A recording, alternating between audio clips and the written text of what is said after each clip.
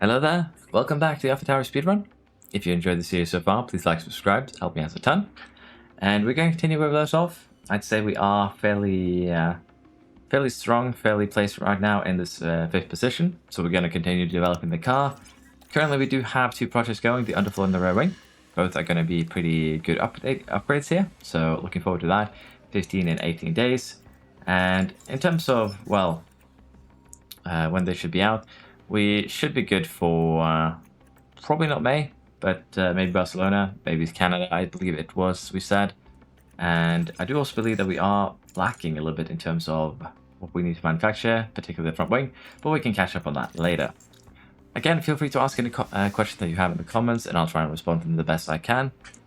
But for now, we are going to jump straight into the next race, which is Emilia Romagna, and we'll see if we can continue getting ourselves some more points there. Not the greatest quality here, but definitely acceptable. 12th and 8th.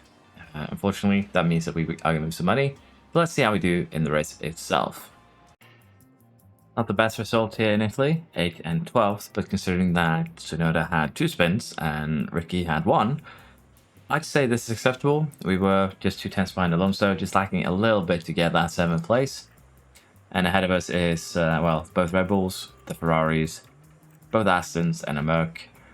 So, honestly, I'd say this is better than we expected. We did beat out one of the Mercedeses, but unfortunately Tsunoda didn't get in the points. Driver Championship then, we do get knocked down a peg, but at the same time, we do extend our lead over Alpine, but we're losing out to Merc, so that 4th place is going to be really challenging to get to. We are still doing very well in the Pit Stop Championships now. We have about 2 tenths up on the Red Bull cars, so we do have a pit stop advantage. And as you can see here, it was a race that went from dry to wet to inters to wets again. So you can imagine that there were a few pit stops there, but unfortunately we weren't able to take advantage. And that's just how it be sometimes. We did lose money here because we didn't have both drivers in Q3. So going forwards, we're going to be a little bit more passive there and just put one driver into Q3. Sidepod project is done, which means that what we can do now is go ahead and develop a new part. I also did make an error manufacturing new part. I also did make an error before the race with Tsunoda's car. I forgot to switch the ERS, so he ran this race with a damaged ERS too, which probably slowed him down a fair bit. Sidepods have manufactured the new ones, very good. I believe we have put them on the car. Car parts, everything passed, and as you can see here, the ERS difference did probably have an effect. So we should get Tsunoda a new one. And we have, but let's face it, we won't be using it before the next race anyways. So everything is good there. Front wing is completed, that means we're back to the same number as before. And in terms of our development, we're still just doing the underfloor and the rear wing. We don't really have any money to start anything else because, well, we need to manufacture those pieces as well. However, we should have enough pieces now that we have gotten the suspension on both cars, and now also the underfloor on both cars. So we really are ready for Monaco, and we'll try and do the best that we can here. With that, our car analysis is still putting us pretty solidly here into the 5th best team status, except for, of course, the dirty air tolerance and the top speed, which we will be trying to amend going forwards. Of course, once we get that new underfloor again, the cornering is going to get even better. So maybe we'll catch up to some of the teams ahead, but again, we'll also focus a little bit on brake cooling. Engine cooling would be nice because, again, it should have an effect on, you know, the how quickly the engine wears out. So we'll try and focus a little bit on that and do a little bit of testing, see if it actually does have an effect. But for now, we'll head to Monaco and see if we can do a good quality there. All right, we have a very interesting Monaco coming up at us. As you can see, we're 5th and 6th, and that is not by virtue of our car mainly. Although we could even have gotten 4th here. As you can see, we're very close to Charles Leclerc in terms of time. Basically, we were very lucky with Sainz crashing out in Q3. As you can see, he's starting 10th. He caused a red flag. In other news too, we had a red flag in Q3 where Verstappen didn't destroy his car, but he did cause a red flag, sending him out very early.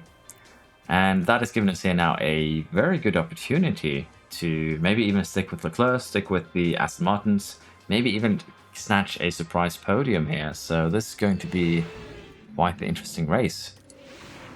which I'm probably going to be showing a lot of, unfortunately. Kind of ruining the idea here. But what has actually been working kind of weirdly for me here in Monaco is going kind of with aggressive strategies of a two-stopper. So as you can see, we could burn down these tires. It's going to slow us down though. But what we could do is go, say soft, not really, soft, medium, soft again. Or we could even start on the medium tires and then go soft towards the end. Get those gaps going and then pit. That could work. It is supposedly, as you can see, a lot quicker. And we could run that first stint a little bit more aggressively, save us a little bit more time. It's just 3 seconds though, so I don't think going aggressive on the medium stint is really necessary. We can do it when we want to pass other cars. But as you can see, in Monaco, the tire setting doesn't really matter too much on how much time you're getting. We could run these two stints aggressive, but generally we want to run normally here. And compared to the other ones here, it's about 10 seconds quicker. Again, though, it is going to be reliant on actually having good windows to pit into.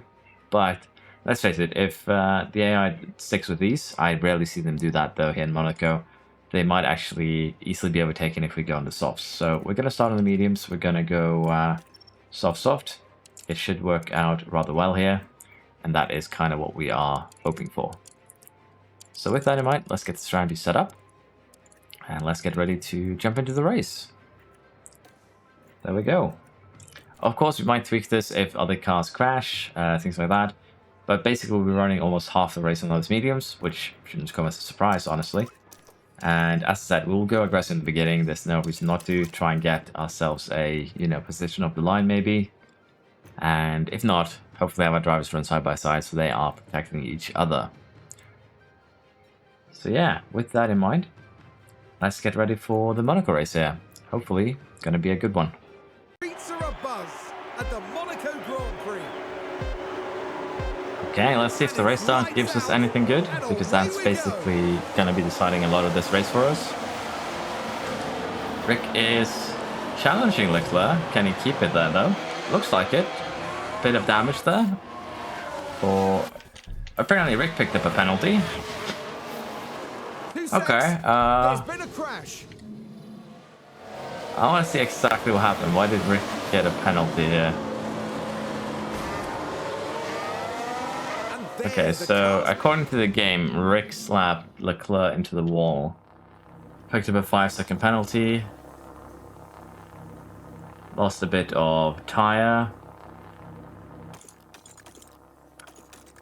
Yeah, this is going to be a big one if we can actually make something out of this then. Sonoda is basically where he started, I think, around there. Leclerc, on the other hand, is going to be a bit of an interesting one, because if Leclerc took a lot of tire damage there and ends up slowing down the cars behind, this damage or penalty that we picked up might actually come to our benefit. So that is a little bit of a potentially weird and, weird moment. But we'll see. Now, it doesn't look like Leclerc lost a lot of tire. He is already catching back up, but that is going to hamper us quite a bit. Unfortunately, it is what it is, though. And as I said, we have to tune down our tires. Now, keep in mind that in terms of driver confidence here, I usually don't go for high overtake aggression anymore, particularly on this day because we are kind of money limited. So I haven't only used this a couple of times this season, mainly because if we get stuck behind a car for more than a lap or two, we can use to do an overtake and then tune it back down, because of the way that driver confidence is being very fluid. So if you keep this on high, make sure that you turn it low after you are running clean air or you get, to free air.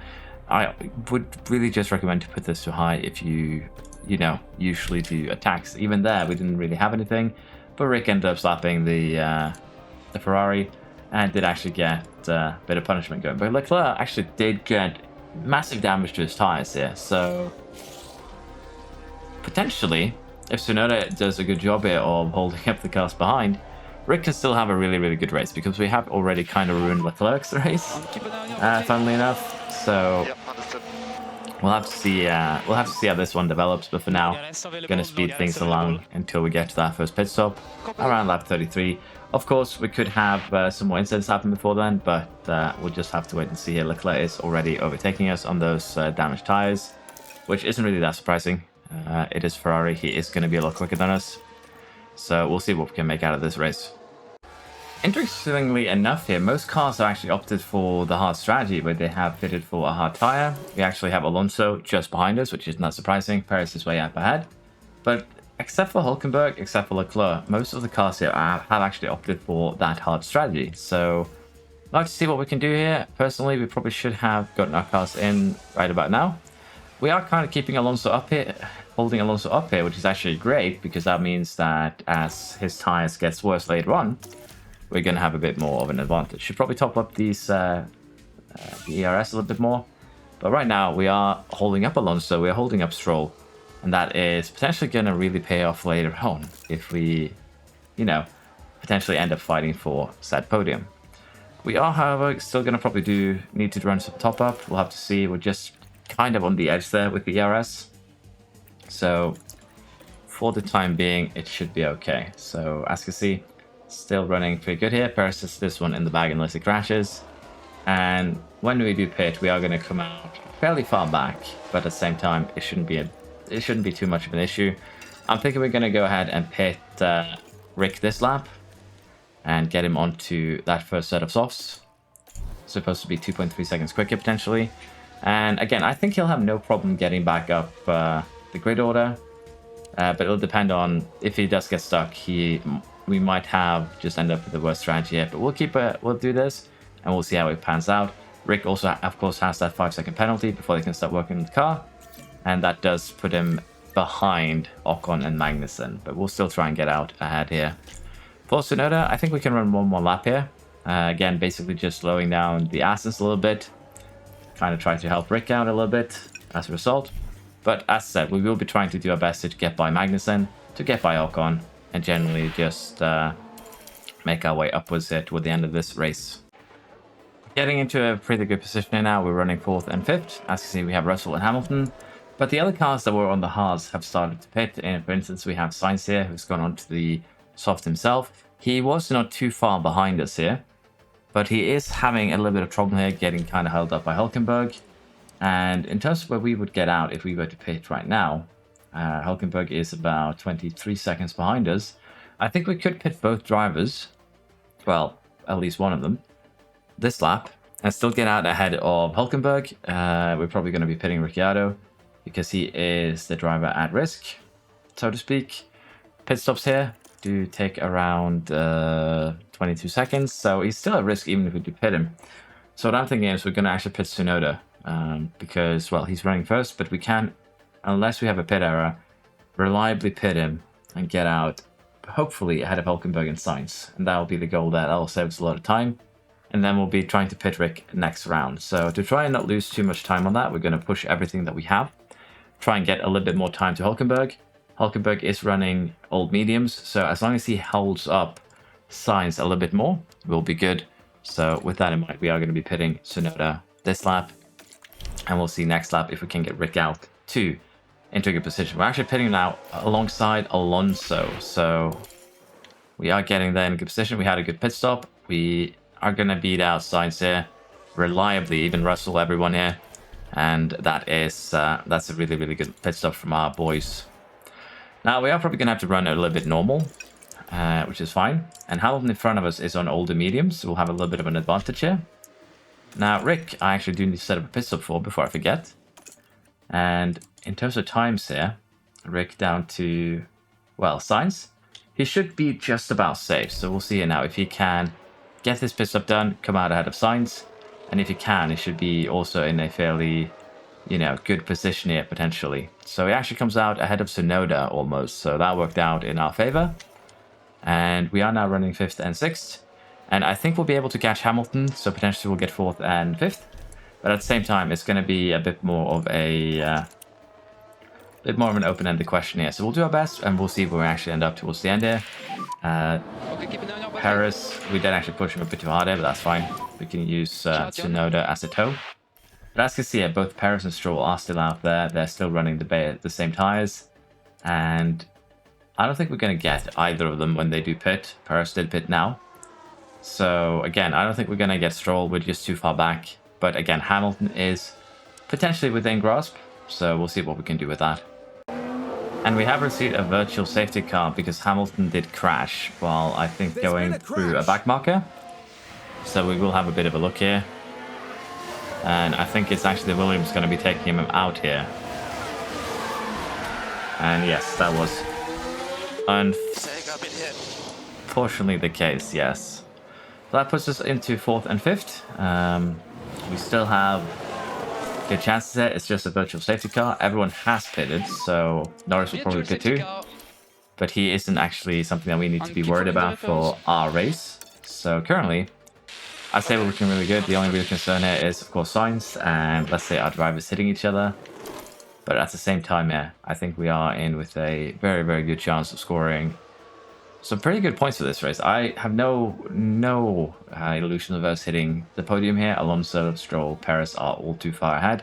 It's going to require them to crash out. So we'll try our best here, and we'll see where we end up. We're now running the final lap of the race. We have a decent gap down to Sainz, big gap up to Stroll. So for Rick here, we're just going to tell him to do not fight his teammate. Okay. Just to be on the safe side here, because it would be sad if we crashed out during the last few, corners here. 4th and a 5th for us is pretty massive. That's it. It's huge, actually. And beating both Mercs, although I think we would have gotten Hamilton, beating both Mercs is going to be pretty big as well. So that is going to bring us closer on the standing tables by probably a lot. Now, as you saw here, Verstappen ended up in 11th. He couldn't really make it up into the points, even got lapped. So you can imagine just how much of a hard time the AI has overtaking here. And you actually have a huge advantage.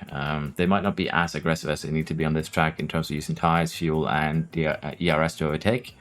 So you do have a huge advantage versus them in terms of doing strategies here. But yeah, 4th and 5th for our boys is definitely acceptable. 22 points, that is a huge amount for us. And with that, we do have Perez here catching up on Verstappen. And we have both our boys now in the top 10 in the drivers' standings. And in the constructors, we jump up to 52 points, catch up a bit on Mercedes, but definitely cement ourselves as the 5th best team. Pit stop challenge 2, we're doing well. We've subbed 2.1 seconds now for our pit stops, which is great. And we have a healthy lead here. Again, the reward is just, it's money, 12 million. So we really do want to win that. Pay out a bit of a bonus to Tsunoda, but we completed every else of our performance targets, giving us a load of extra money. That is always nice. But I think this is going to be more of a one-off in terms of how we do. If it isn't, I'll be happy. But at the same time, we are having fairly good results. The rear wing did fail here, so we are going to have to replace that. And immediately we are going to want to manufacture a new one. And we'll just get that into production. So that's the only thing that you're going to have to focus a bit more on this year, making sure that you have enough of every part. And currently it's looking good. Again, we are already making that 3rd one. We have a new project in the works. So every part here is looking good. Now we're going to immediately jump into a different Grand Prix. And we have now caught up on parts.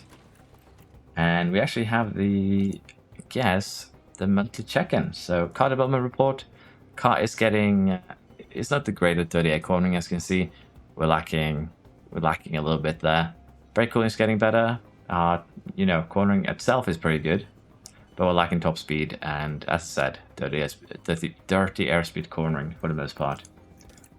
Financial report, we could have a look at that. Honestly, how we're looking in terms of the cost cap, still 61 million left, so we got plenty of money. And the driver development update. So Tsunoda's actually developing really, really nicely here. Same here for Rick. He's actually got 2 points for adaptability, which isn't the best stat to get him in, but it's an upgrade. Tsunoda gets a point in cornering, 2 points into braking, a point in adaptability. So yeah, he's coming along nicely. And as I said, we will be focusing control and smoothness down the line for him as well. It is probably one of the more important stats this game around. And for that, we could probably see here. Do we have something? Control and smoothness. This one does both as well as accuracy. So as I said, we're going to try and get his cornering and his braking a little bit higher, say 85, and then we'll move him over to wet tracks. I think that is a decent way of doing things. We're of course also going to have to set up our pit crew training schedule for this month, and we're going to be going with what we have been doing, which is pit stop time. Switch this one to cumulative, so we can see that we, again, don't strain our pit crews, but apparently we already have done so from last month's schedule. That's why you really don't want to put something in the last few days here, but it's an error that we made and we're going to have to live with it. For Canada, they're going to be even more wary, so we're going to go ahead and remove some of these gym trainings, allow them to rest, because again, we don't want a situation where they are wary for the pit stops, because it increases the error chance quite a lot and could potentially decide races. So we could do this. It would turn them not tired, but again, we want to maximize the pit stop time first and foremost, so we won't be doing that. Put him that tired. Again, really wish we could have avoided this for Spain, but it is an error on my part. Now for, as you can see, we kind of need them into well rested to be safe here, so we're going to remove a lot of these and try and get them into a better window. They are well rested now. So let's switch these both to gym training. This one too. And probably remove these. And I think that should be enough here for our calendar to look acceptable. So yeah, they're still well rested here. We are going to get our times down to sub 2 seconds potentially by Austria, which is good. But again, we are going to have to be careful with the amount of pit stops we do at the Spanish Grand Prix. And we could potentially lose points because of this, but it's an error on my part. So again, make sure that at the end of the month that you don't put too much work in, because the next weekend could be a race weekend. Okay, so qualifying has turned out to be very simple. As you can see, we qualified 3rd and 4th. Now keep in mind that we are at a point here where the AI probably is using worse engines than us. We are Alpha Tauri, we have the Red Bull engine package. But generally what I've been doing for the last couple of races as a qualify experiment is very simple. I've been changing the run plans to 2 runs, no cooldowns, and I've been doing one run plan like that, which is basically 2 fast laps as a warm-up, and then we do another 2 run laps before the cutoff, so that both the fast laps get counted before the end.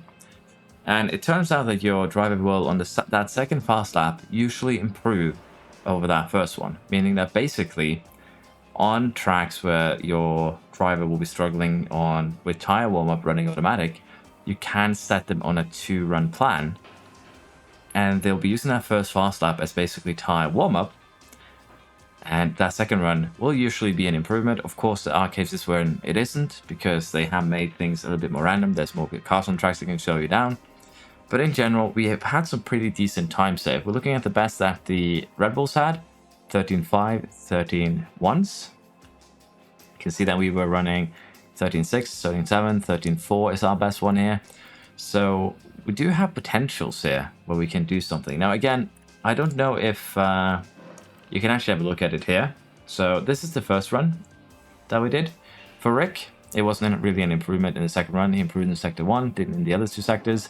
But here's the second one that we ran. And as you can see, he kind of had a very atrocious first sector, a personal best second sector, and then once again, not the greatest of third sectors. But on that second run, on that fast lap, he improved tremendously. And you'll not see the same for Tsunoda. Well, you kind of will actually, because this is first run of a fast lap. This is the second run of the fast lap.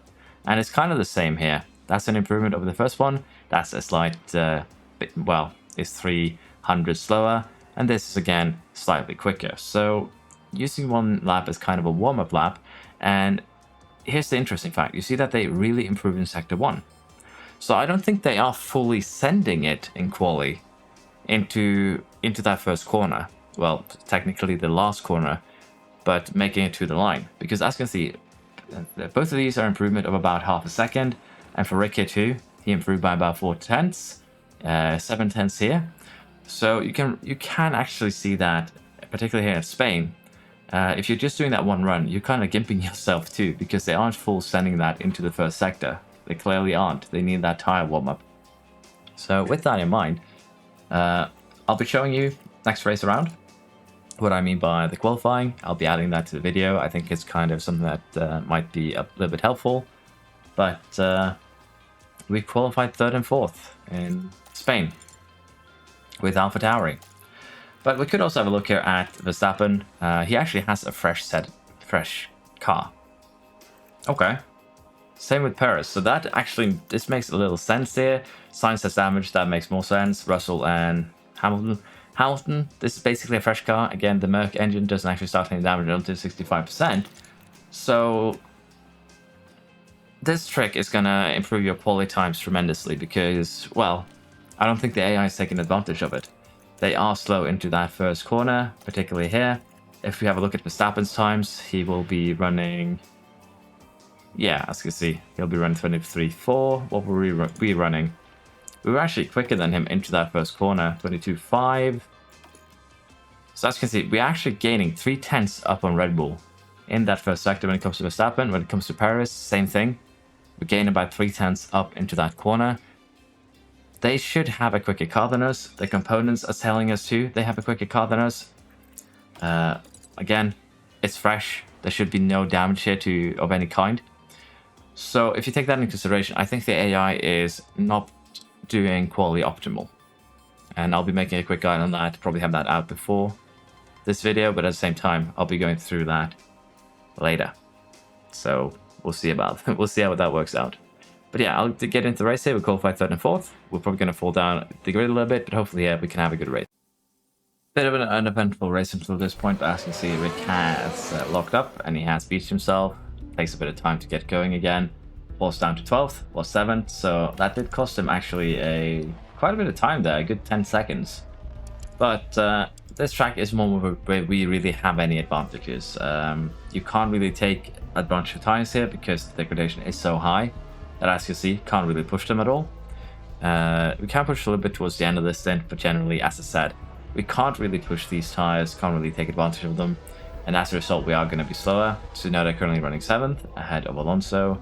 I'm trying to hunt down Hamilton, but in general here, we are going to have probably a bit of a bad time, mainly just because we can't take advantage of tires and do aggressive attack.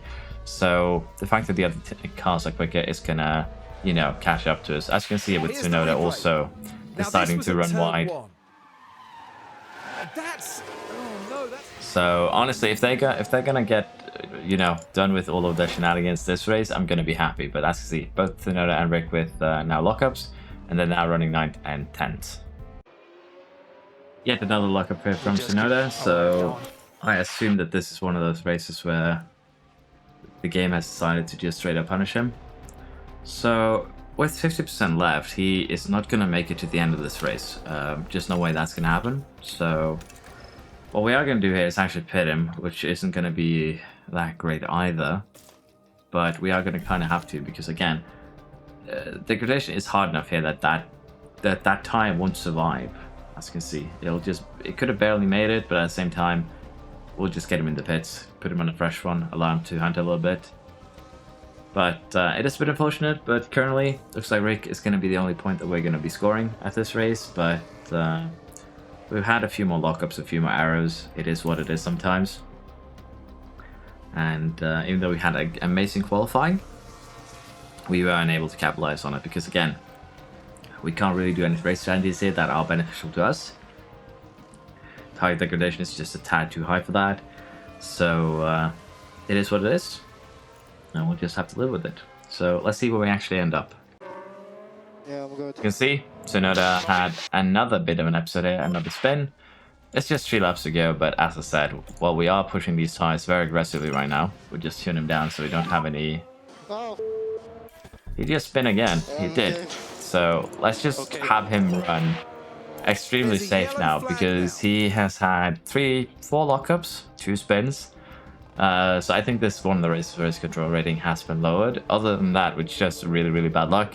The only thing that is positive so far is the fact that he has broken any piece of the car. So it hasn't actually cost us anything. Hilariously enough, even with the amount of damage. But with the amount of spins and things that he has done, he's actually dropped down to almost below Rick here in terms of tire wear. But Rick is going to come in 10th. We are going to get some points. And I do believe that actually covers us in terms of our sponsor obligations too. So that is fine. We did lose out big though in terms of from where we qualified. Like if there's something that was supposed to lower your confidence, I think this result would be it. Driver Championship then, we still retain our positions. Verstappen and Perez are getting close to each other. And in the Constructors now, Mercedes pulls away because of course we couldn't finish the points. And if we can't finish in the points, Mercedes is for sure gonna be. Alpine catches up by a point as well, so yeah, it is what it is. Still have the best pit stop though. Couldn't get them to sub 2 seconds just yet. But luckily enough, I don't think we had a single pit stop error, even though we have about a 30% chance for this race. So yeah, we rolled good here. But yeah, not the best result this weekend. But again, we did actually follow all our sponsor goals. Extra money, really, really nice, really important. And we should actually have 2 designs now being finished. We have the rear wing getting finished. We have Boston actually leveling up in the middle of that as well. But this rear wing that we're going to make is going to be it's going to be an upgrade in terms of our top speed, of course. It's not going to be an upgrade in terms of our turning, but it's very minor. It's going to make us the best team in terms of acceleration, in terms of DRS effectiveness. But again, we're going to have to check this before the race weekend to make sure we get the actual numbers. The other one that we should have been getting here very quickly, rear wing design, is completed. The other one we should be getting really quickly here is actually the underfloor tomorrow. And we actually have a skip sponsor obligation. What obligation is he booked into for June 12th? Driver media parents. Yeah, sorry, Rick. I think that one is actually valuable enough that we do not want you to skip that one. His morale is going to take a bit of a pain for, I think, some days. Yeah, we're gonna allow that minus morale to go through. Unfortunately, Rick, I am Mr. Krabs and I want my money. Now we actually do have some money ourselves stashed away right now, so we could probably make another part. So I'll do a little bit of thinking here, and we'll see what we actually end up with. What I think we are going to end up making though is very simply the brake cooling and dirty air front wing that I was talking about, because we are going to need this one. It's going to be a bit of a big hit to our cornering abilities here. We're going to lose out to another team in terms of medium, but the dirty air tolerance is going to help us with the tires in particular. And this brake cooling here is also going to be neat. So what we are going to do is do this, and probably make one more underfloor before we start focusing a lot into research. I think that is an acceptable way of doing things. 35 days, that should be around, yeah. We'll get it before Budapest, so that is still acceptable. Of course, we also have the weekend there. Not weekend, but summer break coming in. But for now, we are going to make this project. And as I said, it's going to hurt our turning a little bit, but it's going to be a pretty significant boost for the other stats. There we go, underfloor is complete. And we're going to manufacture this thing immediately. It's not going to be, as I said, a huge boost here. It's mainly going to be a boost in the speed department, small upgrade. So we'll go ahead and manufacture 4 of these, and we'll have one of them ready, I believe, for the next race in Canada. And then we can make a decision on if we want to make more underfloors, or if we are, kind of getting closer to the research. So underfloors are in low stock. That is perfectly fine. We are making more, or rather new ones. So that is not a real problem. In terms of these, we are going to be putting both drives in Q2, both drives into Q3. And fastest lap, we don't want to gamble on that. It's because that's what it would be. It would be a gamble. Now, in terms of the warehouse, we are going to replace the car part that failed, the chassis, and we are going to manufacture a new one. Should probably have done this a little bit earlier. We might have failed one of those too, but we don't have any, manufacturing capabilities. But we will be applying this rear wing to both cars. Sidepolls are still good. The underfloor, we have one, which I think we are going to be putting onto Danny Rick's car. He is still the most, reliable of our drivers. And the suspension is also good. So we need to try and remember to get that front wing, extra front wing manufactured. But other than that, that shouldn't be a problem at all. So with that, our car is now, in terms of performance, still pretty good. We are still among the top, the 4 or 5 best teams here when it comes to cornering.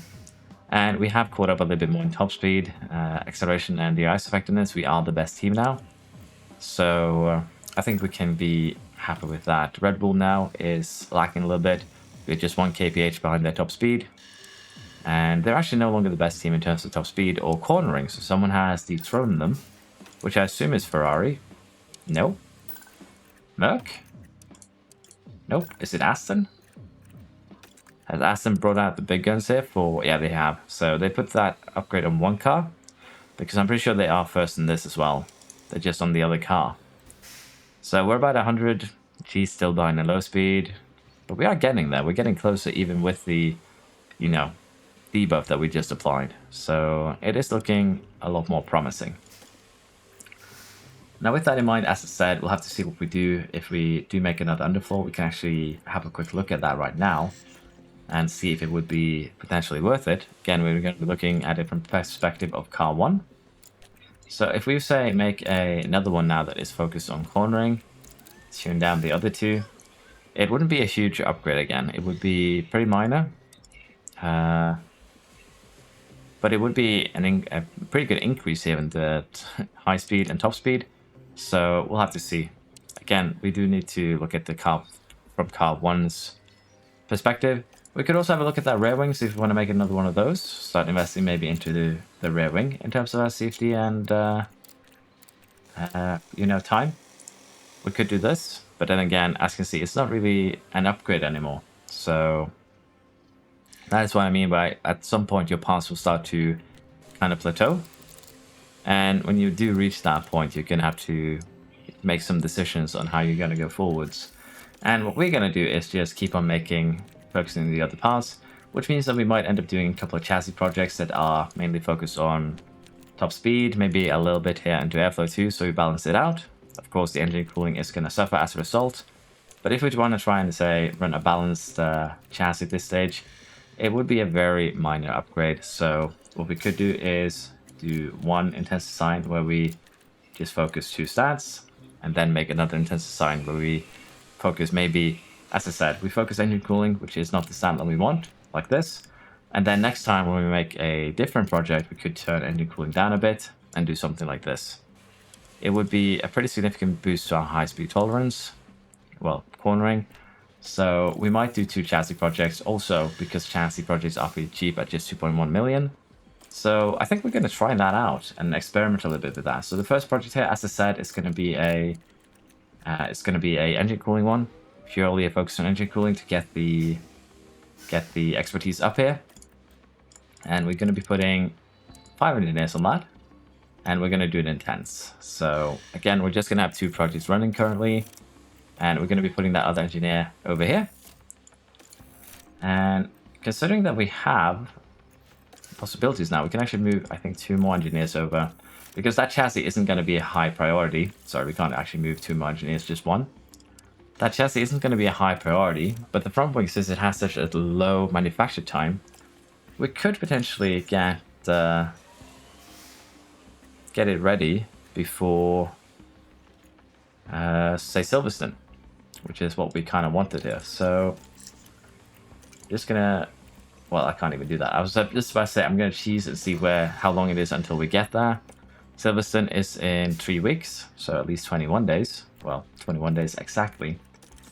So with that, we will not be able to get the front wing in time, but we tried.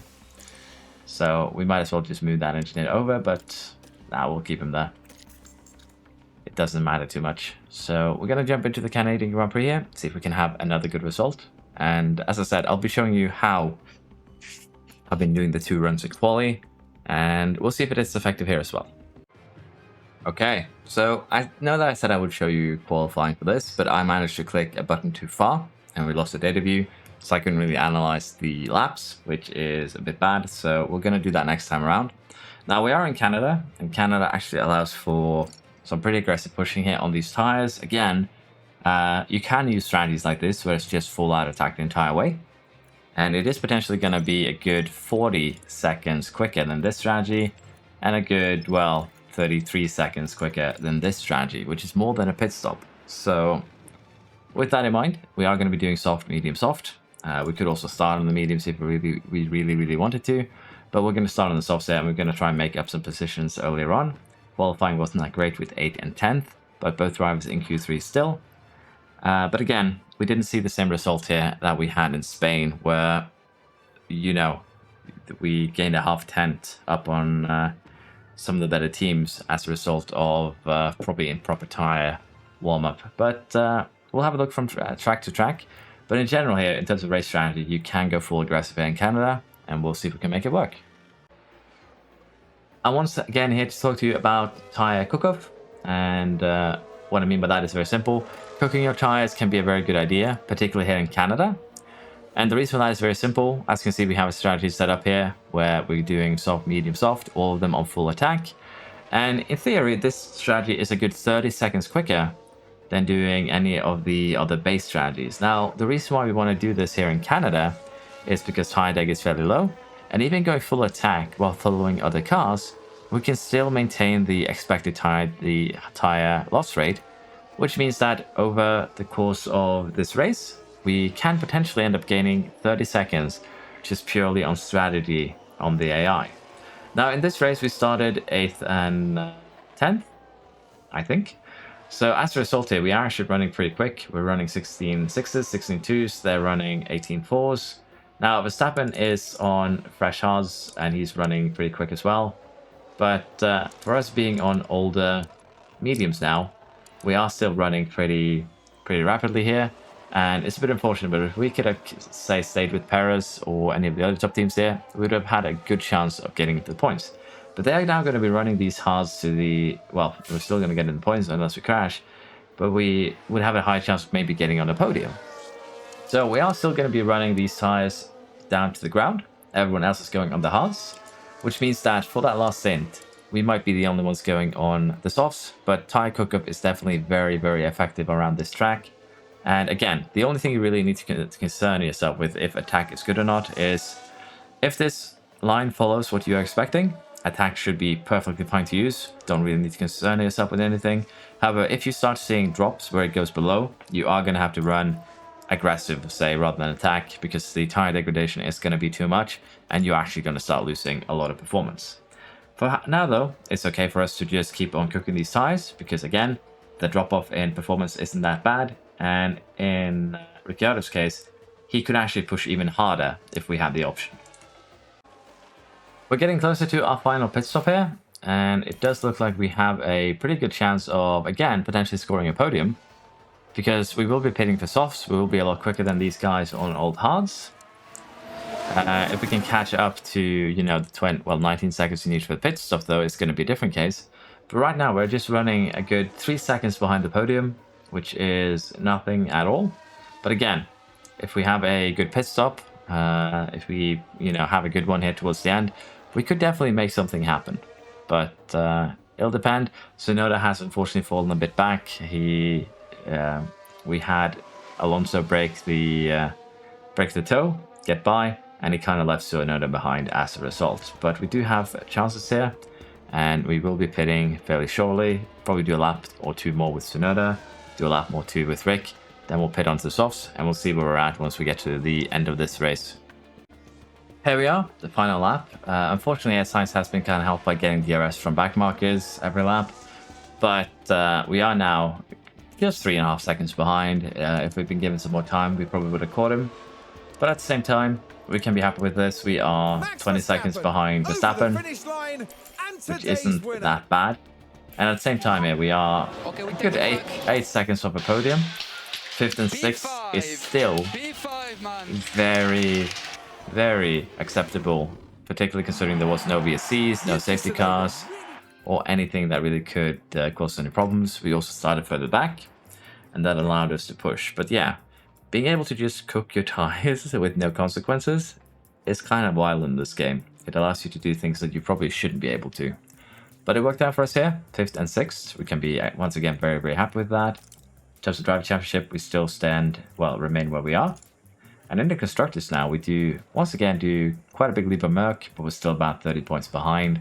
Gonna need to have a few more performances like that if we want to catch them before the end of the season. Once again, we do have the quickest pit stops, and once again, it's not sub 2 seconds, unfortunately. Also, if I'm not mistaken, we did have a pit stop error here that cost Ricciardo a couple of seconds, and potentially cost him 4th place. Same here for Tsunoda. He too had the kind of same error.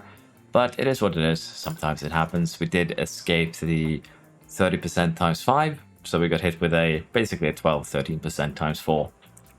Well, they hit us twice in that. So it is random. It happens whenever it happens. We just have to deal with it. And we did make 3 million here. Tsunoda gets 10 million as 10 million. 10,000. We're not giving him 10 million as an extra bonus. And also a bit of a boost to his performance rating, which is good. He's growing nicely here. Accuracy up to 89. So I guess once we get this up to 90, we're probably going to be switching over to something else. But at the same time, what we want to put him on is a control setup. And accuracy is actually part of this. So we might need to put him on, say, this one, pace long runs at one point. But for now, I think we're actually going to be moving him over to wet track. Could also be putting him on wheel to wheel for overtaking depending.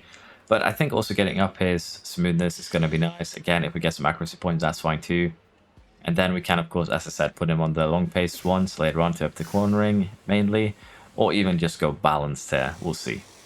For now, that we'll put him on wet track. In terms of actually running them on balanced isn't a bad idea. We need cornering, we need braking, we need control, smoothness. Don't care too much for our ability, overtaking or defending, but we care for every other stat. So putting them on balance could be a good idea. But for now, we'll put him on this. Try and focus on getting some points into that control rating, so we don't have as many, incidents. And again, Rick here is pretty fairly balanced to begin with, so we do want to try and get his pace stats up a little bit as well.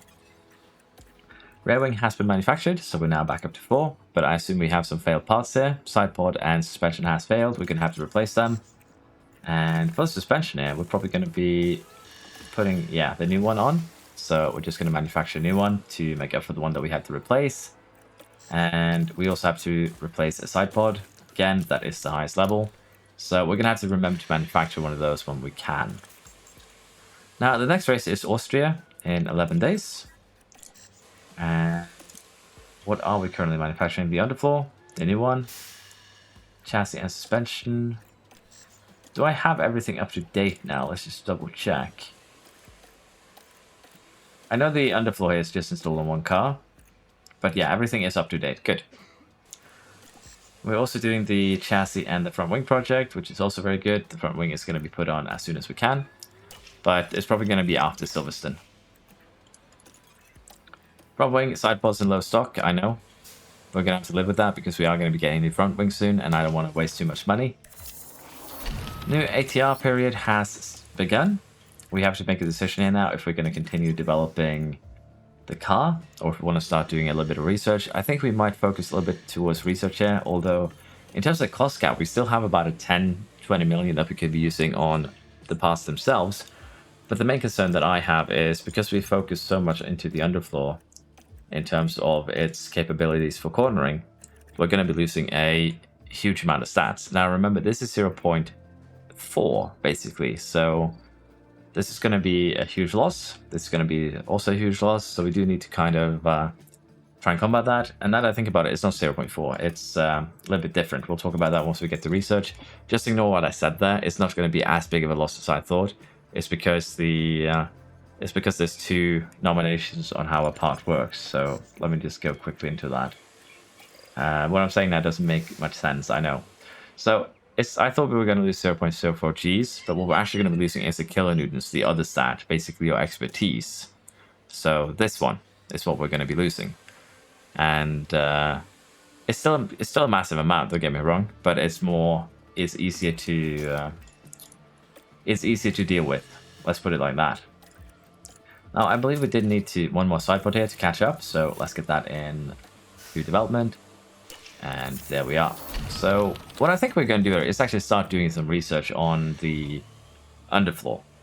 And the reason is very simple, because the way research works, we want the research time to be as long as possible.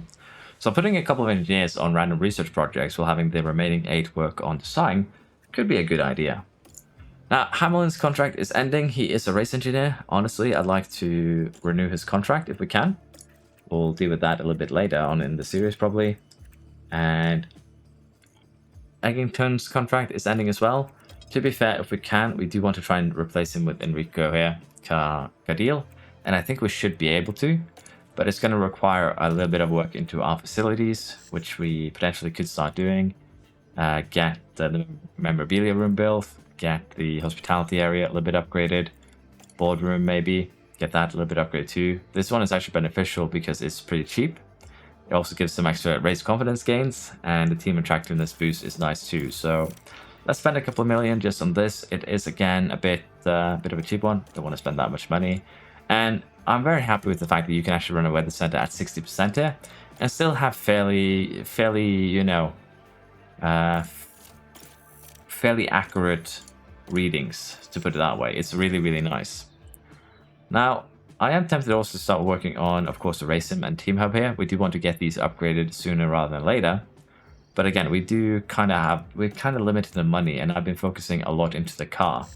Now, the facilities here we do also want to focus on down the line, but for now it's fine to just kind of ignore them. The car comes first. Of course, long term, we are going to need to invest in them. But right now, with how the car is looking, I'd say we are definitely on the right path there, and we can deal with that later. But now though, we do have something that requires a response. The front wing design is going to be delayed by a week to 14th of July.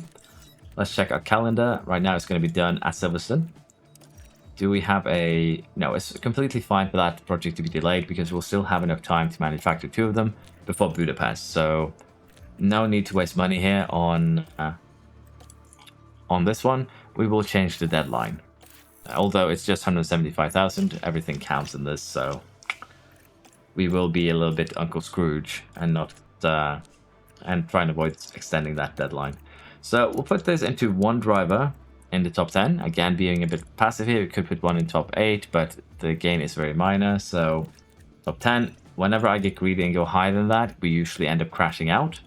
So we'll be a bit passive on the money gain. And the next up here is Austria, which is sprint weekend, which means that we are probably going to have to deal with the practice ourselves to make sure that we get a decent setup. As promised earlier, which I kind of forgot, we're going to be doing the quali runs here. And as I said, the way that I have now started to prefer doing qualies is by setting up 2 flying laps, where you don't need any cooldown laps in between. And the reason for that is very simple. By doing 2 flying laps, we make sure that everything is ready on that second lap. It should be anyways. And it has been pretty reliable for the last 4 or 5 qualies when I've used it, where we've actually been having some pretty good quality results.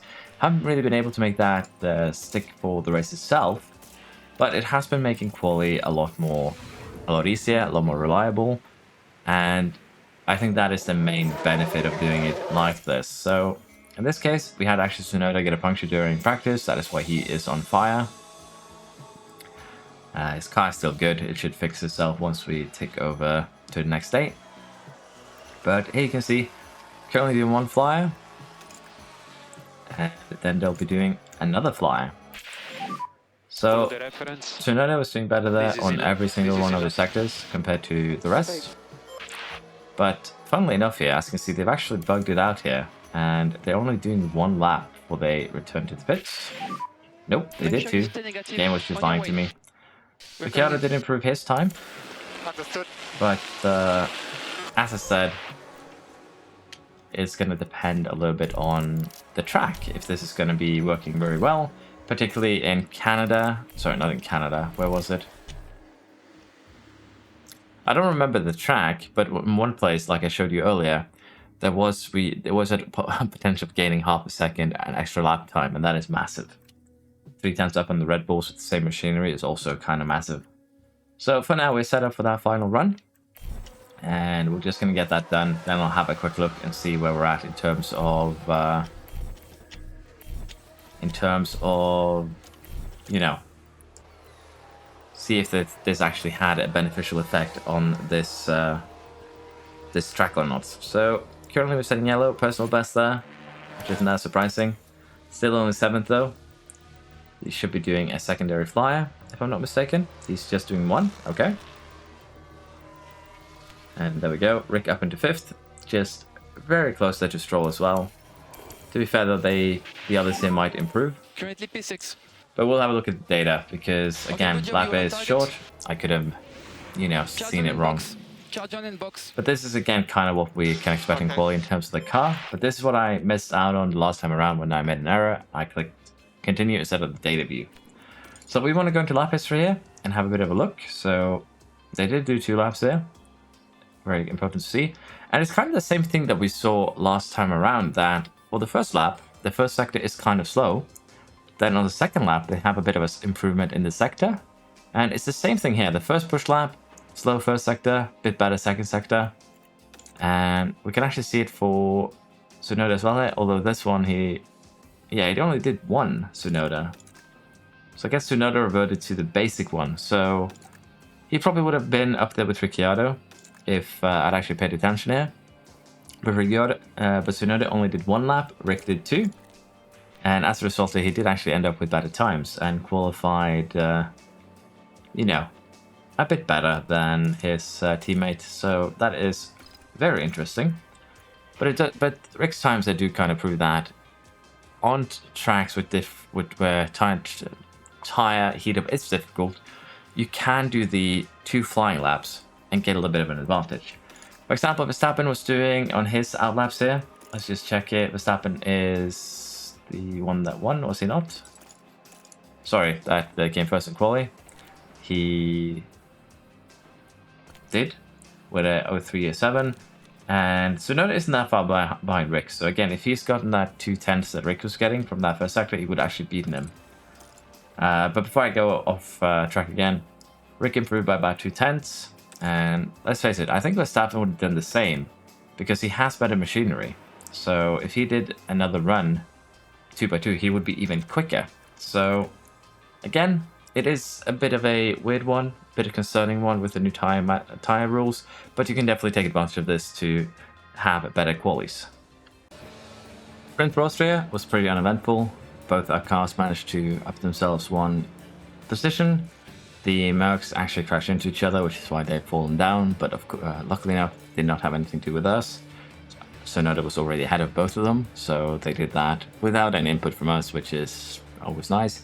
We are a couple of seconds there behind Stroll and Perez, which is honestly what you can expect. So we have a pretty good starting point here. Got ourselves an extra 5 points, which is always nice. The time has come to fight it out. Now we have the race itself, and it's going to be a rainy one. So in terms of strategy here for that, particularly with rain, this is probably going to be inters, pretty sure. And then dries. What I'm thinking here is that probably we're going to be using 2 sets of softs. As you can see here, rain's supposed to come around lap 16, 17. So could potentially push soft set a bit, make that work. And at the end here, we're probably going to have to go mediums, honestly. Because it's going to be dry around lap 55. That's probably when we're going to see people going into the pits if this is reliable. Mediums might not be necessary in that case. If we were to go softs instead, we could potentially go aggressive on them to the end. So we'll have to see how we want to play here, but I think we're going to be a bit passive on the softs to begin with. I think that is the better strategy in terms of tires, because degradation here is, I believe it is, beneficial to the soft. We're just going to double check. So yeah, softs will be quicker for at least 10 laps, 11 laps here. So seeing that we're probably going to go off them around lap 15, 16, there's no reason not to use them from the get-go. Again, if this is accurate, around lap 15, 16, maybe 17. So mediums could be a choice to just push them all out. Honestly, it could actually be a pretty good choice to just go super aggressive on the mediums. We'd probably be able to get more out of them that way. So I think we're going to do that. We're going to go mediums from the start, softs at the end.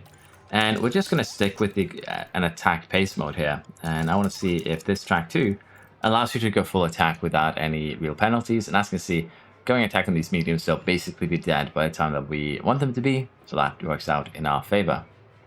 With that said, I'll jump into the Austrian Grand Prix and we'll see if we had a good result there as well. Another good but very uneventful race here, where we ended up 5th and 8th, basically where we started. Still though, it is more than acceptable in terms of results. Couldn't really catch up to Leclerc, but we did fight with Sainz a little bit. Tsunoda was kind of just doing his own thing for the most part. So again, very boring, uneventful race, but we did get 5th and 8th. So that is a good haul of points for us. We will take that, no discussion, so to speak of. And we are once again hauling in points here versus Mercedes. So potentially, we could fight for 4th by the end of the season. And, well, let's face it, fighting for top 3, not really possible. But fighting for 4th is definitely on the cards right now. Once again, we get the best results here in the fastest pit stop challenge, so to speak. And we actually get a sub 2-second pit stop. And I think we've got that one in the bag. Unfortunately for Rick here too, he did have a delayed pit stop here. Stuck wheel nut, but it was a small delay. It had nothing to say in the fight with Leclerc. So it was an error that could have cost us, but it didn't. So honestly, yeah, considering everything, I'd say that is a very, once again, acceptable result. We're getting that load of extra money here from reaching the finish position streak. So that is very, very nice. Now, as I said, we might start splitting now our future progression in terms of the car development once these two are done. But we'll talk about that when we get there. So front wing here has actually run out of durability. Suspension here has run out of durability. Again, we just replace them. There's no big problem. And then, of course, we start projects for manufacturing a new one as they, you know, kind of get used up. Now, front wings, actually, we do need to get manufactured before the British Grand Prix. So this is kind of a potential problem here. We're going to be able to start manufacturing them in in a day. But having an extra project for the factory there would be nice just to make sure that we always have something going. We have crossed into July now, which means we get an update about what's happening with the teams. So Red Bull intends to win champions. And I guess these guys are going to be using their, well, Mercedes is going to be using the CFD time. Driver development update here. Tsunoda keeps on focusing on his accuracy, up to 89. Same for Ricciardo here. He also goes up to 87. Extra point of braking. Lawson is developing as well. And the board is high confidence, which is hopefully what I'd expect at this point. Now, we have to set up the new training schedule for the pit crew. And once again, it is going to be lowering pit stop time. That's going to be the preset. And we are going to try and make sure here that we don't, you know, cross into the weary as we will down here. So we will go ahead and just put these two to rest instead. And that is actually enough to make sure that we don't cross into the weary part. But judging by how little we are gaining in terms of pit crew stop time, I believe that we might have reached our cap here. And as you can see, we are moving the pit stop drills. And even then, the cap remains as low as it can be. So we're going to be tweaking the schedule a little bit. Okay, there we go. We started loosening off again. So let's put in a gym session here. And a gym session here. And that should maintain the cap for us. As you can see, it does. So we are going to have to probably cancel these two trainings. And we don't really want a training at the start of a week. To be fair though, after this is Spa. After the Spa here, we are going to have the summer break, which is actually not going to be a summer break for our pit crew. It's going to be summer practice. So yeah, this one we can probably just do like this. Because again, after Spa, there's going to be summer break. So we will definitely be kind of abusing our pit crew during that time. So now that we have actually, as I said, hit the cap here, the cap is decided by your sporting director's aptitude. Once his aptitude goes up, we can bring the cap even lower. But our cap right now is 1.937 seconds. And since we have reached the cap on that, I will start focusing on, as I said, pit stop errors. But if we really wanted to, we could probably maximize car building relatively quick. But honestly, I think we want to lessen the chance of mistake before that. So that is the pit crew plan.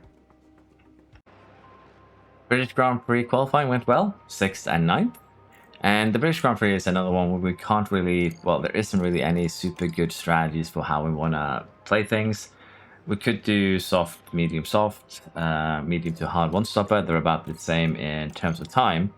And in terms of the hard tires here, if we were to try and push them, so that's the wrong button, sorry, they will actually immediately fall off. So tire degradation here is actually pretty massive. So we won't really be able to take advantage of the tire deg. So I think we're going to put our cars on this strategy right here. We're going to push a little bit towards the end of each stint. But in general, we're going to be disadvantaged by what we're limited on in terms of race strategy here. Both cars should have two softs and a medium. So this strategy is what we'll go for. But as I said, we'll probably be a bit limited in terms of the strategy here since we can't really push the tires. Once again, a fairly uneventful race where we finished 6th and 7th, which is very acceptable to us. We'll take that in a heartbeat. We are pretty close to Ferrari, just 5 seconds. We are basically 6 seconds away from 4th, but we're pretty far away from 14th places still, which again isn't that much of a surprise. But 6th and 7th is still a good result.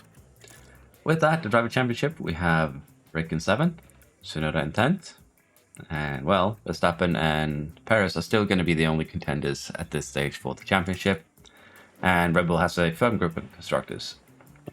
We are getting very close to stealing that 4th place from Mercedes, so we are doing very well from that part. And we now have sub 2 seconds pit stop for both our boys, which means that we are very good in that part as well. He had a little bit of a slow stop here, Rick, but the stops didn't really have any effect this game. Didn't really get held up on pit exit as well, so no problem there, didn't really lose any time. Decent amount of money as well. And I just realized going forward that I probably should add in the strategies that I use for the races so you can have a bit of an idea of what I'm doing to get the results that I am. Then Rick levels up, our aerodynamics head levels up, but we are going to be changing out that aerodynamics head, so yeah, it's nice to have him for now, but we are going to be, as I said, changing him out. So the underfloor has been manufactured, the regulation mode here for they're going to be taking away the fast lap bonus point. We're going to vote against that. The fast lap bonus point is a fun little feature. Results from the F2 and F3 races, as you can see. Car part inspection results, we've had some failed parts here, a chassis, a front wing, and some side pods. That is perfectly okay. The new chassis that we made has finished. Again, this was an engine cooling chassis, the first one that we were going to make. And then we are just going to be adding a new design for a chassis where we take that boost that we gained and we invest that into, say, the other two stats. And if we balance it like this, it's still gonna be a huge upgrade, as you can see. But in the long run, it might be. So again, probably not worth it to do things like this. Might be better to focus on, you know, a certain aspect on the car for next season, maybe. But we could also do this, sacrifice some engine cooling, get our high speed tolerance a little bit further up. But again, it's kind of a hard one to judge what is best or not best here. Honestly, just basically like this and moving them 2 times is probably just as effective. So yeah, we'll have to see exactly what we do here. We could, as I said, do another chassis where we focus one stat again, and then do the final one, and then make a chassis and see if that has an effect, which actually could be a fun test to do here. And I think we have the money to pull it off. Now, if I should do this on the chassis or not is a different story, but we'll test that. We'll put in a order for a basic drag reduction chassis, put it on intense, and for now we're just going to leave probably 2 engineers on it. We'll be moving 2 of them over to research. And what I am going to be doing here is probably researching the underfloor, probably researching the rear wing, maybe a little bit on the side pods, because the lower your expertise is, the quicker it will go up. So doing the side pods and the suspension that we haven't really touched much could definitely be a good idea, but we are going to have to be focusing quite a bit of an effort here into the underfloor to make sure that we do cancel out the regulation changes. Now, we were going to lose about 0.4, I believe, kilonewtons here. But this is going to already probably cancel out a lot of the loss that we're going to have. And even on that, we are going to get a little bit of a boost in dirty air, a little bit of a boost on top speed. But we are going to be doing this research for next season. And again, you do want to just have 1 engineer on this. The reason for that is very simple. If you look at the right side there, the more engineers I put on it, the quicker the project gets finished, but the less of an effect the research has. So that is why we want to use 1 engineer. You will be getting more expertise per day on a per day basis by putting in more engineers, but we'll be saving money by just using 1, which is why you kind of do want to start research projects a bit early, maybe even earlier than I have, and that will benefit you in the long run. Now, in terms of what we're actually going to be losing with the front wing, the underfloor, we can actually have a look here. We're losing about 40 kilonewtons, 24 there, 06 there. So we've actually already potentially made up for the loss in these 2, and we should probably focus a little bit more on the low speed. No, sorry, I have it the other way around. We made up for these 2, yes. And we need to focus a little bit more into low speed cornering, and of course we need to do the same here. We are losing a bit in the suspension, the rear wing, front wing. We kind of do need to do researches for all of these, but that should be okay. School simulation. This is technically just new gens for your engineers and stuff. So we'll go ahead and attend. take a little bit of a hit to the, the experience there, but that's fine. Now, we are going to be replacing some car parts here, and as a result, we're probably going to have to start some more manufacturing, which also isn't really a problem. Now, if we check the warehouse,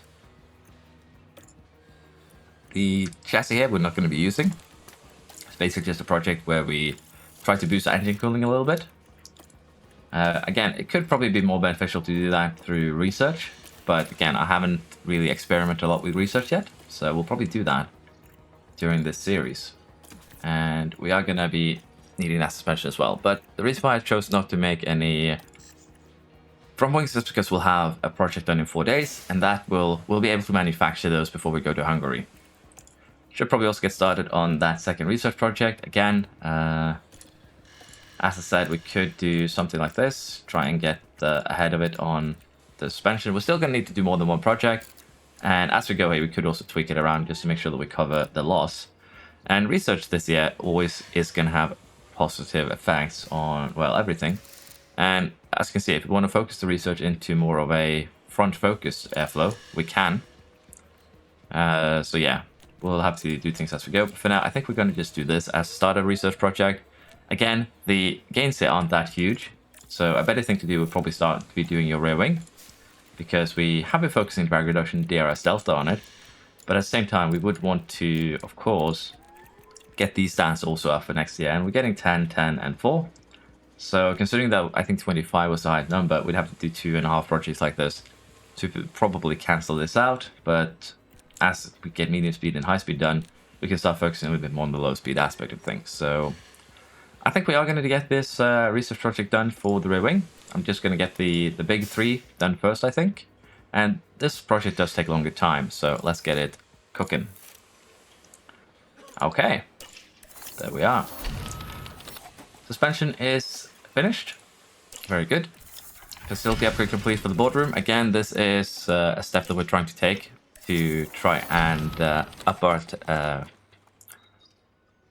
our attractiveness, literally team attractiveness for team members, so that we can potentially poach ourselves some better team members starting next season. Now, this is going to be actually quite a big loss here in terms of cornering, unfortunately. But again, this is what we kind of agreed on when we made that underfloor. We're going to have a huge boost in turn air tolerance. We're going to have a huge boost in brake cooling. And I think that is worth the sacrifice in this case. Now, we do have another slot here that we can use for either side. Say that we do want to make a suspension here that is, once again, focused on brake cooling, for instance, with a little bit of turning in it. We lose kph, and as you can see, we aren't really getting much gains there. So potentially we could just do another design like this, but I think we're fine for now in terms of the car. We don't really need to make any more pieces. Of course, if we wanted to challenge for higher than top 4, because that is potentially what we're going to be fighting for here. We're going to be fighting for top 4 with Merc. If we wanted to try and challenge for higher than that this season, we potentially could have by making more parts. But the main concern with that is the cost cap, and the fact that we have actually put ourselves in a very good position here to challenge teams next season around. We have capabilities within this cost cap to actually do some more projects in terms of design, but we'll be putting them into that test design on the chassis. So I think actually every slot now will be changed over to actually doing research. I think that is the best option for us. And we'll do what we did with the other 3 here. We'll just focus mainly on the top 3 here, downforce, low, medium, and high speed, to, cancel that out, get potentially a little bit of growth there too, maybe. And once again, we'll just be putting 1 engineer on it, and that should be enough. The other reason why we might want to do a bunch more research is actually that will allow us to save a bit of money, potentially, and that way we can actually start focusing a little bit on our facilities. And in this case, we're going to be upgrading our race simulator, which will allow for our drivers to get more weekly development. So let's go ahead and do that. And of course, we do want to upgrade. In my case, I value the race sim and the team hub, both who actually do have with upgrading your staff in the long run, as quite vital to, well, the plan here. They're also fairly cheap compared to, say, the We can actually do the team up to here. They're also quite cheap compared to, say, upgrading your internal velocity 10 million. Now, we are going to be upgrading these as we go, but right now there's no real need. We are already in a pretty good position. So, internal safety sim, I probably prioritize. The science center, I prioritize. Car part test center, I prioritize. But I don't think I would do it much with suspension sim here. It works only for suspension, and it's still fairly expensive. Now, car part test center, on the other hand, as you can see, gives engine cooling and brake cooling for front wing, side pod chassis, some extra downforce for your underfloor wings, and drag reduction DRS delta for your rear wings. So again, car part test center is probably way more important than suspension sim. And again, I don't know really what is the most important. I usually start with a pretty decent design center for most teams. So I probably focus car part test center really before internal safety, but that might just be me. Now with that in mind, let's get ready to go to Hungary. As I said, we are going to be having some new parts coming in by then, namely the front wing.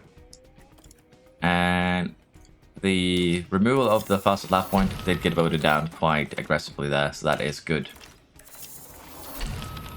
Manufacturing is getting completed here, and we can actually reduce the deadline. Oh, okay, this is funny. So as you can see, we had a good event here. The chassis design that we're doing actually got a reduced deadline, so it'll be done in 3 days, which is a week earlier than expected. And when the expected time to do that was about 3 weeks, that's a huge benefit, honestly. Okay, we are getting ready here for the Hungarian Grand Prix. Before we do that, though, we are going to go and put those front wings onto the car before I forget. Again, they are going to have a negative effect here on the cornering. We're actually going to be losing out quite a lot compared to the grid. But I think the dirty air tolerance in particular is going to help us in the long run because we are running a lot behind other cars. Now, doing this at Hungary might be a bad idea because low and medium speed are quite important here. But again, the brake cooling is kind of neat for the tires. Might not really be necessary. But the dirty air tolerance too should be, you know, beneficial. So with that, let's have a look at where we currently stack up with that new front wing. That actually pushes us down to probably the 6th best team on the grid in terms of low speed cornering, medium speed cornering. So I'll see now if actually the dirty air tolerance, the brake cooling actually has an effect here in Hungary, or if we want to focus a little bit more into, say, downforce, get the cornering back up. Because we now have options for that in terms of, we can of course always just go back to that wing, and as you can see, it would boost our cornering stats quite massively. So it'll depend. For this race, as you can see, we probably want to keep that on maybe. But I don't know how bad the deck is here, the tire degradation, so we'll have a look at that first. But this wing does give us some options now, particularly on tracks where, say, the high-speed cornering is more important. So yeah, we'll see what we do here with this one. It is, again, I do value both dirty air tolerance and brake cooling though. So we're going to try for this track, and we'll see if we have worse performance or not. If we have a worse performance, we might go back to the old one. But at the same time, this series is going to be a lot like this. I will be doing what I think is best, and I will be experimenting on how we can efficiently become the best team on the grid. So let's jump into Hungary and see how it goes. Unfortunately, with that new front wing, we actually didn't make it into Q3. So I think on tracks like this one where, you know, well, on this track, which is Budapest, we should probably have focused a little bit more on, as you can see, I put on that older wing because low speed and medium speed cornering is actually crucial. And as it turns out, the tire deg here is fairly high, so I should have switched it before quali. I kind of forgot, unfortunately, so I'm not allowed to. But we are going to have probably a worse result here as a result. Worse result here as a result of this error. But it is what it is, we'll just have to live with it. So now they're still using half a kilogram fuel more than Rick, don't know why. It's probably a weird bug. But at the same time, we probably should have gone for more cornering here. Having a wing for 30 might be helpful, but we'll see here. Of course, we could also improve. We have been improving usually on race day, and depending on if the other cars are using better engines, again, we are on Red Bull engines, they have degraded quite a bit. They could, of course, have an advantage, but we'll do this race, we'll see where we end up. The strategy here is basically an inverted version. The original version is basically the same, except soft stint first, then hard stint at the end. We're going to try and invert that, see if we can keep up with the cars in front. And this strategy is just 4 seconds quicker than, you know, some of the other ones. So again, you don't really have any strategic freedom here either because degradation is so high. We'll see how we do though. So Tsunoda picked himself up a penalty. I don't even know what happened here. So we'll see. Gasly and Tsunoda running side by side. Turn 2. Not a lot of wiggle room here. And just a slight touch on the rear either with front wing, it looks like. Because Tsunoda didn't lose anything really here. That wing still survived, which is, I don't know. It's a tank. But we did get a penalty, which we're going to have to deal with. But we are a bit slower here. But again, we're going to see where we're at at the end of the race. So Rick is quite behind Tsunoda because he's had a couple of spins as well. So once again, not a good day here. But if we're going to take penalties and spins here anyways, might as well test out those new front wings here. So that is what it is. Now, it does seem that I actually forgot to put ERS ballast on Tsunoda. And as you can see, we actually have a car out on about. Rick spun again. So yeah, it's one of those bad weekends that just everything's going wrong. But at least they are not destroying any parts, which I've been very lucky about this season, let's be honest. But as I was saying here, the ERS ballast is interestingly enough, I think they recharge more. They actually do recharge while running this because I toggled it on for Rick. I forgot to toggle it on for Tsunoda. And this was earlier in the race, to be fair. But within the first 15 laps, Ricciardo had recharged his battery back to full. Both of them were empty after the first 3 laps. And I forgot to toggle Tsunoda's ballast back on, and he had only 20% of his battery, which leads me to believe that the reason why people think that the ERS ballast doesn't work is because your drivers will actually put effort into refilling the battery when they can. So it's a bit of an interesting one. That one we'll have to test to see exactly how it works, but I do think that, as I said, drivers might be recharging the battery too on their own while you have the ballast on, but we'll see. We'll have to see what we do with Tsunoda's penalty if we can manage to get into top 10 here with our boys. Another great result here. We end up 10th and 13th. Of course, helped with spins and other shenanigans, but we did get lapped. Generally, a bad race for us. Really bad race. Mercs here are going to be kind of powering ahead, but it could be worse. We did get 1 point, they get 10. And with that now, Alonso actually getting a race win. We could see him trying to at least fight for top 3 places here. But yeah, that was a shockingly bad race for us. We're now 11 points behind Mercedes. And as I said, taking that wing off might actually have been a very, very poor idea here. Brake cooling is nice and all, but in this race in particular, it didn't do us any favors because, as I said, we had a couple of spins for both drivers. An extra lockup for Rick as well. So not a good race by any means of the imagination. It's also one of those races where we can't really do any alternative strategies that gain us extra time. So it leaves us vulnerable. Let's put it like that. Had a pretty good pit stop here though. Almost below 1.9 seconds. Just barely. Good pit stops for our boys. Very nice. Puts us kind of even further in charge here. But no pit stop errors too, which is even better. So although the race result wasn't good, at least we did get that front wing tested. And we did lose a little bit of money here on, you know, the sponsor promises. But I think that is one of the only times this year when we've actually lost money on that. So I'm fine with it personally. Chassis design is complete. F3 driver talent. We should be looking for Browning apparently. But we do have some failed parts again. Rear wing, suspension and underfloor, which honestly is fine. Because we have had very little car damage from, you know, actual crashes this season, which is a bit surprising to me, but very welcome from a monetary perspective. Now, with that in mind, we did have that new chassis that we did get now, that we could potentially manufacture. It is a slight upgrade, let's face it. This one we actually could use. It's an upgrade in anything but engine cooling, and it would help us out a little bit here on rank of the grid. Okay, so these numbers are blue, which I, of course, thought with, oh, that means good, but actually they made a bit of an error here. There's a minus in front of those, so we do not want to make this chassis. It's going to make us even slower. And again, we can't really trust these numbers after a race weekend, because the other teams will not be using their best parts. So we'll not be using this chassis. I believe that the plan was, if I remember correctly, to make another chassis design that is mainly focused on the airflow. We put both of these to left, like so.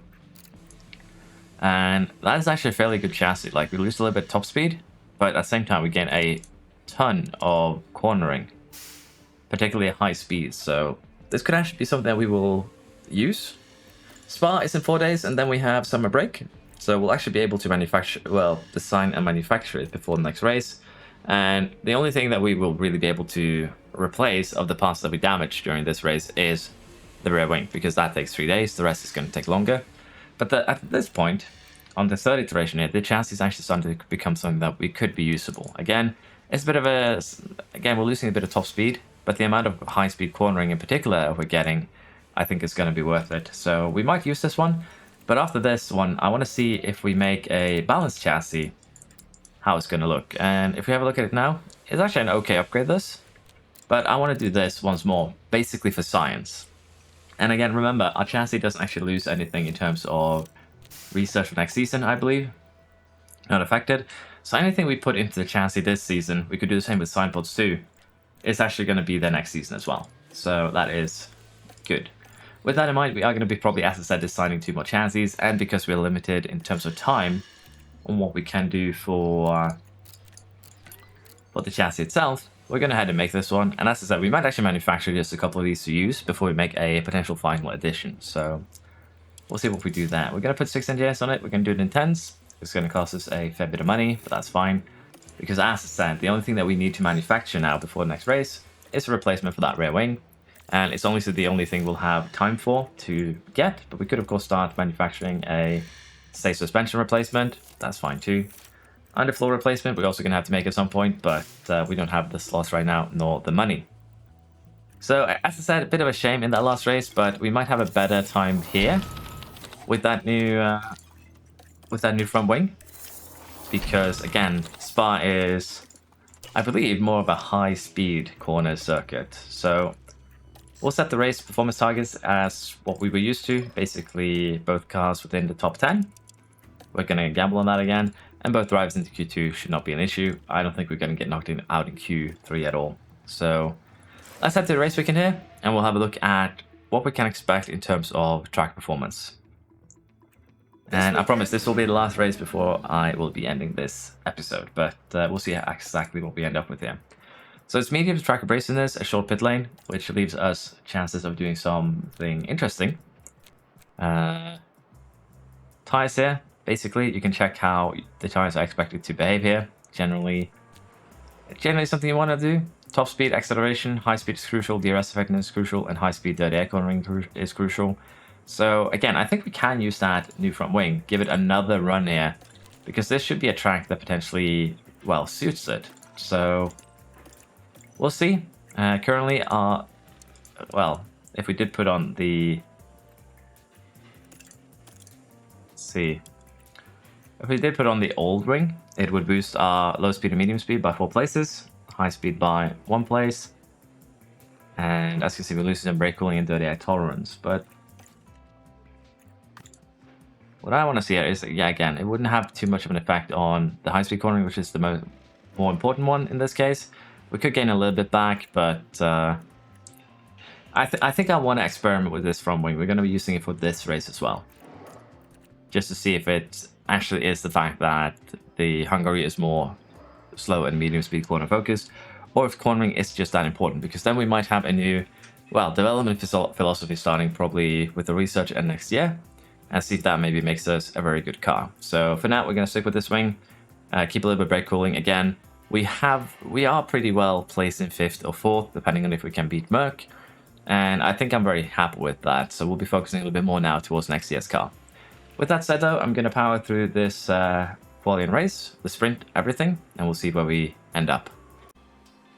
Sprint quali put us at 7th and 11th, so potentially there might be some benefits to this new front wing. But I have been made aware of, on the Discord in particular, that potentially dirty air cornering, you need to have pretty good cornering to begin with, and it'll only affect your speed loss and kind of tire heat gain while running behind other cars. So for us, it might not actually be that important because we don't really have any problems with getting by other cars. So I think for now, we're going to try and put dirty air cornering a little bit to the side. And if we have trouble overtaking it, getting by other cars, we'll go back and focus on dirty air cornering. But for now, we're going to change the strategy a little bit, and I'll be going back to that once we actually get back into the Sign 3. Well, we did well, 4th and 6th in the sprint, so again, we're probably going to be a go, but as I said, we'll test things out, we'll see how they actually work in the races, but this one worked well. But Belgium is also a place where you can actually cook your tires very aggressively.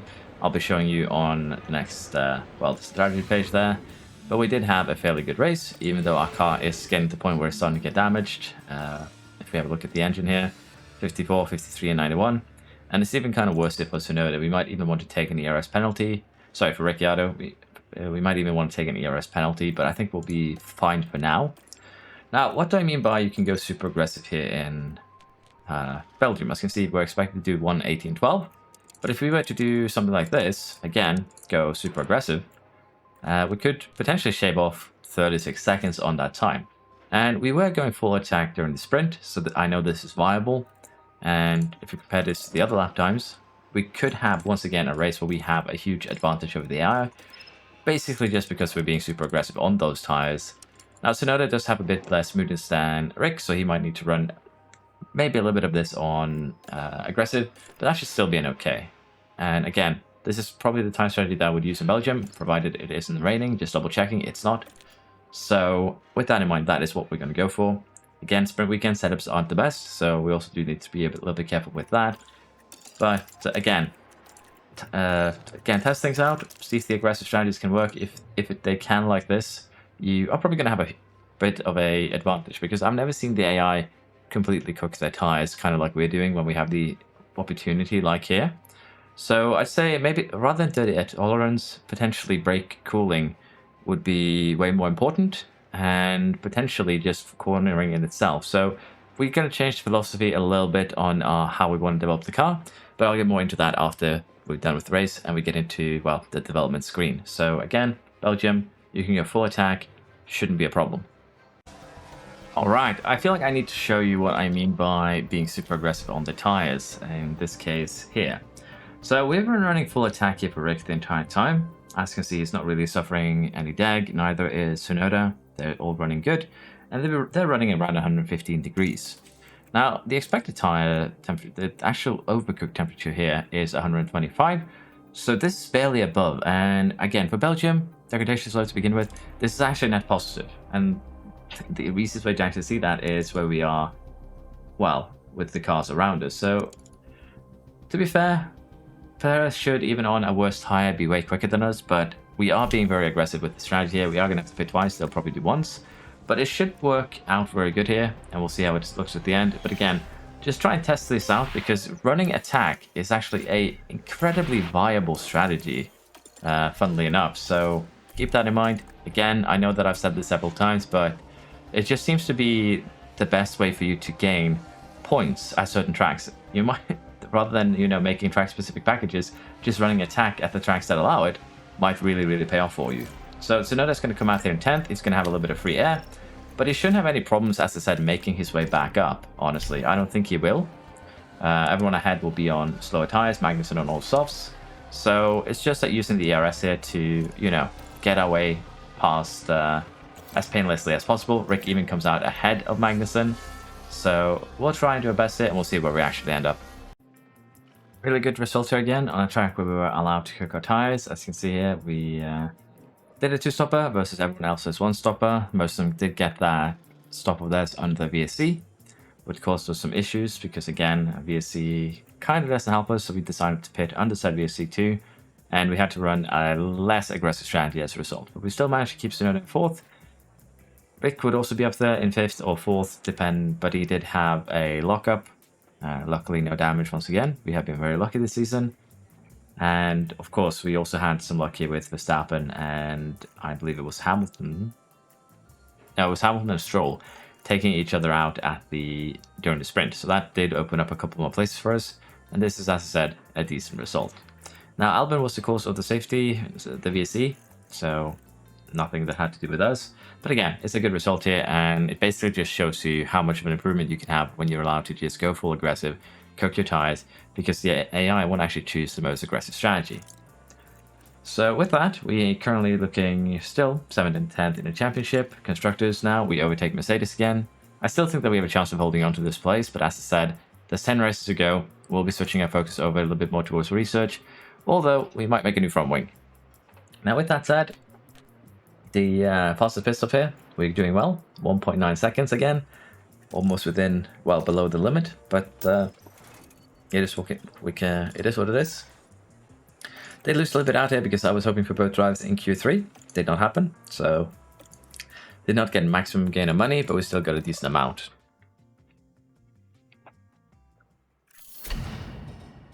Mid-season ball review, we're currently 4th. I would assume they're happy with that. We're also about to beat the long-term objective, and they grant us 1.5 million in extra funds, which, let's face it, isn't much, but it helps. And we did fail sidepod, suspension, and underfloor, so we need to make new version of those. Let us go ahead and just replace them, and then we will, in the workshop here, also go ahead and make new ones.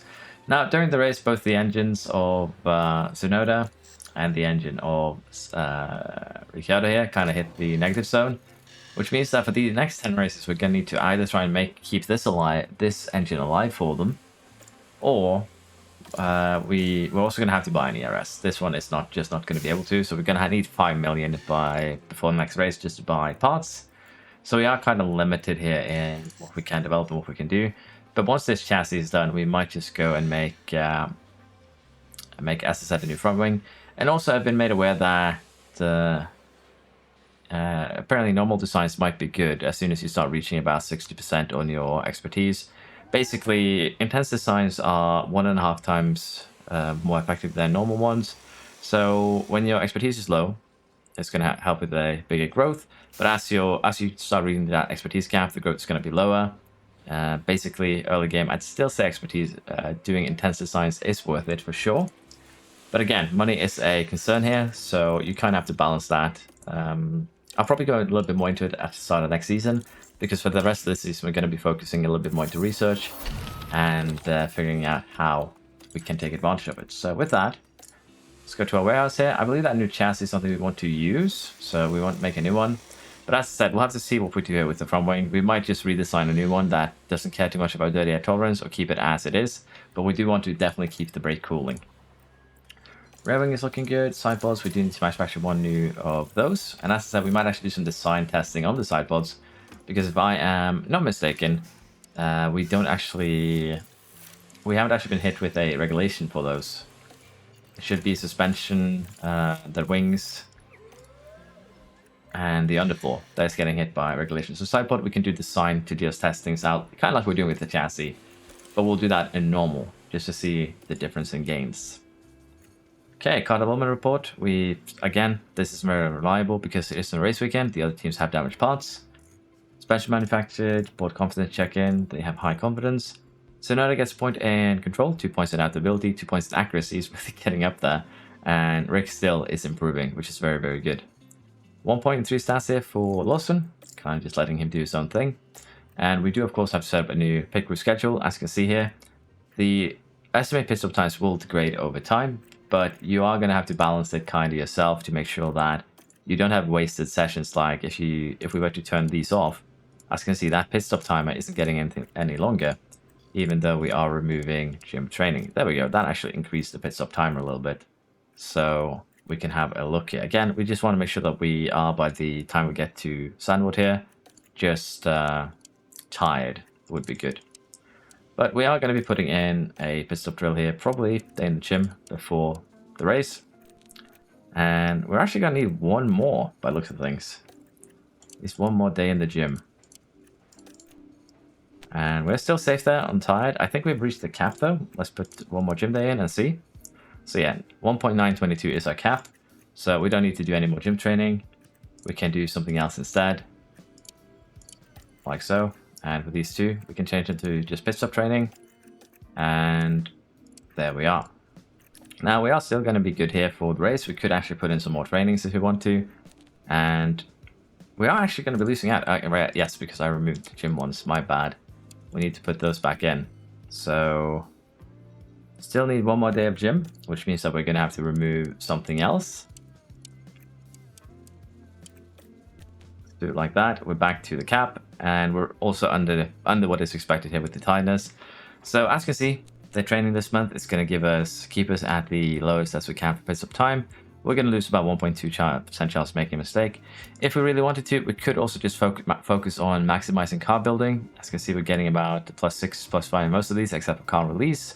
So we might need to just take a few of these and say switch them over to said car release to, you know, balance things out a little bit. So there we are. Need one more probably on car release. And again, we kind of do want to keep these stats balanced.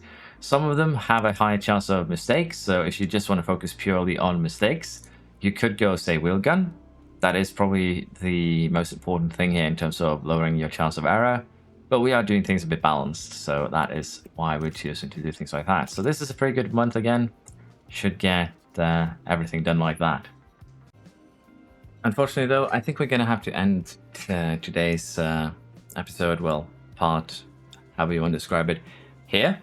It is actually a good stopping point to summer break, and I'll probably be going over again next time around a little bit more into, we'll be testing a little bit more into normal designs versus intense designs. Again, intense designs are more expensive, research, and generally try and see if we can get a car that will be able to fight, say, the Red Bull next season. That is the goal, and we'll try our best to make that happen. Again, I might change opinion as I go. I am still learning the game myself, so just make sure that, I just want to make sure that you know, and that I will be letting you know if I do change strategies, change philosophies, but kind of like what I'm doing right now with the dirty air cornering. It doesn't seem to be that necessary right now for us. On most track we can push without really, you know, having to worry, even when we're in dirty air. So potentially here we will be doing some changes to that. We might make a new front wing that is focused on mainly brake cooling and downforce. We'll have to see. It'll depend on where we actually do end up. So again, we'll have a revisit for that next episode. I hope you've enjoyed this one though. Please like and subscribe if you have. Helps me a ton. And I do hope to see you around next time. Bye bye.